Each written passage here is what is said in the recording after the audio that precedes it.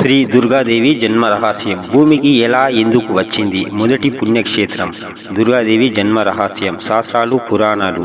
దేవి భాగవతం, మార్కండేయ పురాణం. భగవంతుణ్ణి ఆశీస్సులతో హృదయపూర్వకంగా తెలుసుకొని ఆ తల్లి ఆశీర్వాదం పొందుదాం. అజ్ఞానమనే చీకటిని చీల్చి అధర్మంను అంతం చేసే ఆది పరాశక్తి దుర్గాదేవి. అసలు దుర్గాదేవి ఎలా జన్మించింది? దేవతలందరూ కలిసి ఒకే శక్తిగా ఎందుకు మారాల్సిన వచ్చింది? పురాణాలు చెబుతున్న ఈ ఆసక్తికరమైన రహస్యాలను ఈ వీడియోలో మనం తెలుసుకుందాం.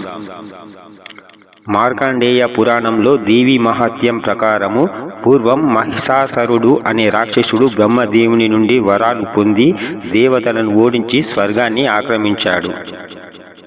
అప్పుడు త్రిమూర్తులైన బ్రహ్మ, విష్ణు, మహేశ్వరులతో పాటు ఇంద్రియ దేవతలందరి ముఖాల నుండి ఒక గొప్ప తేజస్సు వెలిసింది. ఆ తేజస్సులన్నీ కలిసి ఒక అద్భుతమైన కాంతి పుంజంగా మారి ఒక స్త్రీ రూపం దాల్చి ఆమెనే దుర్గాదేవి. శివుని తేజస్సుతో ముఖం, విష్ణు తేజస్సుతో బాహువులు, బ్రహ్మ తేజస్సుతో పాదాలు ఏర్పడ్డాయి. హిమవంతుడు ఆమెకు వాహనంగా సింహాసాన్ని బహుకరించాడు. దేవతలందరూ తమ ఆయుధాలను ఆమెకు సమర్పించారు. భూమికి ఎందుకు వచ్చింది? దుర్గాదేవి భూమికి రావడానికి ప్రధాన కారణం దుష్ట శిక్షణ, శిష్ట రక్షణ. మహిషాసురుడిని సామాన్య మానవులకు కాకుండా మనలను, దేవతలను హింసించేవాడు.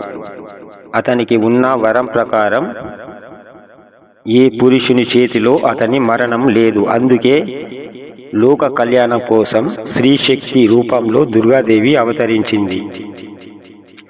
దేవి భాగవతం ప్రకారం కేవలం రాక్షస సంహారం కాదు, భక్తులలో ఉన్న అశీశ్వ వర్గాలను, క్రామ, క్రోధం, లోభం, మోహం మీద మహత్యారాలను అంతం చేసి జ్ఞానాన్ని ప్రసాదించడానికి ఆమె భూమిపై అడుగుపెట్టింది. శాస్త్రాల ప్రకారం దుర్గ అంటే దుఃఖాన్ని హరించేది. మనం ఎదుర్కొనే కష్టాలు, భయాల నుండి రక్షణ కల్పించే కోట వంటిది ఆమె శక్తి. నవరాత్రుల సమయంలో మనం పూజించే 9 రూపాలు నవదుర్గలు మనలోని వివిధ శక్తులకు ప్రతీకలు. ఆమె జన్మ ఒక ఉత్పత్తమైన ఆశయం కోసం జరిగింది. అది ధర్మంపై స్పందించిన విజయానికి సూచన. దుర్గాదేవి జన్మ వెనుక ఆ పరమాత్మ సత్యం.